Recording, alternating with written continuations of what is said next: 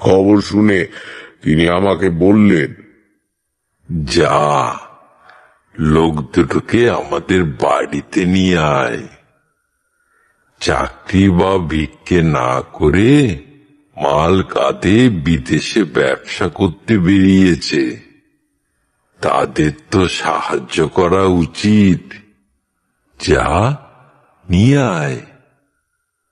লোক দুটো আমাদের বাড়ির বাইরের দিকে ঢাকা দালানে আশ্রয় পেয়ে বর্তে গেল। এবার তাদের ব্যবসা জমে উঠল খুব। মানুষের নির্লজ্জতারও সীমা নেই। যাদের তারা আশ্রয় দেয়নি, বিদেশি বলে দূরে সরিয়ে রেখেছে, তাদের কাছ থেকেই সস্তায় কাপড় চোপড় কেনবার জন্য তারা ভিড় করে এলো। ব্যবসায়ী দুজন আমাদের বাড়ির উঠোনেই কাঁঠাল তলায় জিনিসপত্র নিয়ে বসত। একদিন বিকেলের দিকে দাঁড়িয়ে তাদের বেচা কেনা দেখছি। খদ্দের পত্র ধীরে ধীরে কমতে শুরু করেছে, কারণ গ্রামে তো আর শহরের মতো বিজলি বাতি নেই। সন্ধে থেকে নেহাত কাজ না থাকলে যে যার বাড়িতে ঢুকে পড়ে। দাঁড়িয়ে আছি, এমন সময় শিবু এসে হাজির। শিবুর বয়স কত, 17-18 হবে। গরু চড়ায়, জন খাটে। তাকে বলেছিলাম সর্ষে ফুলের মধু জোগাড় করে দেওয়ার জন্য। বললাম, কিরে, পাওয়া গেল?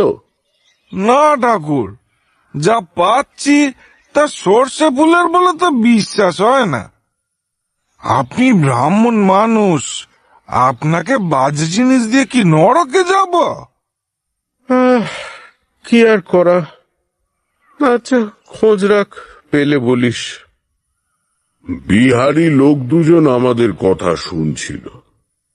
তাদের মধ্যে যে বয়সে বড়, তার নাম দুধনাথ। সে উঠে এসে আমাকে বলল, বাবুজি, কা হুয়া বাবুজি? ও কিছু না, আমার একটা জিনিস দরকার ছিল, পাচ্ছি না, তাই। সর্ষে ফুলের মধু? হ্যাঁ, তুমি বাংলা জানো নাকি? হ্যাঁ বাবু, অনেকদিন বাংলাদেশে ব্যবসা করছি। তা বাবুজি, আমি আপনাকে সর্ষে ফুলের মধু দিতে পারি, আমার কাছে আছে, নিবেন? তা নিতে পারি, কিন্তু তুমি পেলে কোথায়? अरे हमारे बिहार देहाते खूब सस्ते चास है। तो खेत के आसपास जो सब भी गांव है, वहां पे वो मौचाक है, ताते सिर्फ সর্ষে ফুলের মধুই থাকে। আমরা एक बोतल भर्ती करके सब समय संगे ही राखी। जुकाम खांसी ছাড়াও অনেক অনেক ওষুধে খুব কাজ দেয়। এই দেখুন। মালের গাঁঠরির ভেতর থেকে খুঁজে দুধনাথ একটা বোতল বের করলো। উজ্জ্বল সোনালী রঙের তরল পদার্থে বোতলটা ভর্তি। ছিপে গুলে এগিয়ে দিয়ে দুধনাথ বলল, जरा सुनिए इसको। শুকলাম। উগ্র ঝাঁঝের সঙ্গে মেশানো একটা মধুর গন্ধ। দুধনাথ বলল, একটা শিশি আনেন বাবু, ঢেলে দিচ্ছি। বাড়ির ভেতর থেকে একটা মাঝারি শিশি এনে দিতে তাতে ভর্তি করে মধু ঢেলে দিল দুধনাথ। এর কত দাম দেব ভাই? अरे बाबू, ভাই বললা না, বাস ওতেই হয়ে গেল। দাম কিছু দিতে হবে না। তাছাড়া ই তো আমার বিক্রির জিনিস নয়। এ কি, না না, তা কেন? মধু বেশ দামি জিনিস, বিনা পয়সায় তুমি দেবে কেন? বাবুজি, আপনি ছাড়া ये ग्रामे हम लोगों को कोई रहने नहीं दिया। सब जगह व्यवसाय चले ना बाबूजी।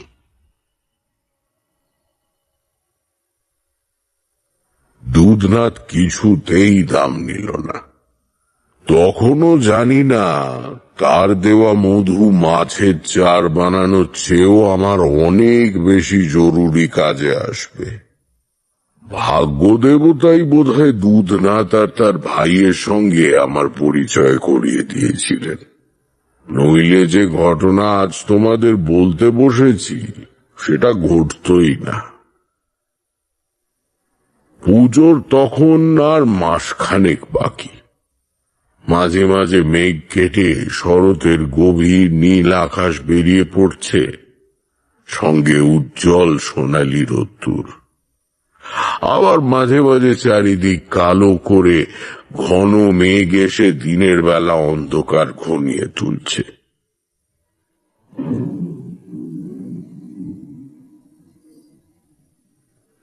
এমন এক ঘোর বর্ষার দিনে খবর পেলাম খোলসেমারি গ্রামের চাটুজ্জেদের দিঘির। চাটুজ্জেরা সেই গ্রামের জমিদার, অন্তত 150 বছরের পুরনো দিঘি। তাতে কিলবিল করছে মাছ। গায়ে শ্যাওলা জন্মে গেছে এমন বিশাল রুই কাতলারও নাকি অভাব নেই। খবরটা দিল আমাদেরই গাঁয়ের কালো হালদার। তারই মাধ্যমে যোগাযোগ করে একদিন মাছ ধরার সাজ সরঞ্জাম নিয়ে বেরিয়ে পড়লাম খোলসেমারির দিকে।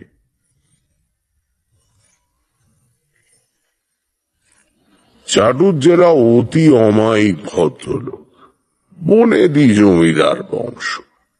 এখন আর আগের অবস্থা নেই বটে, কিন্তু পুরনো ঐতিহ্য আর আতিথেয়তা এখনো বংশ গৌরবের সাক্ষ্য দিচ্ছে।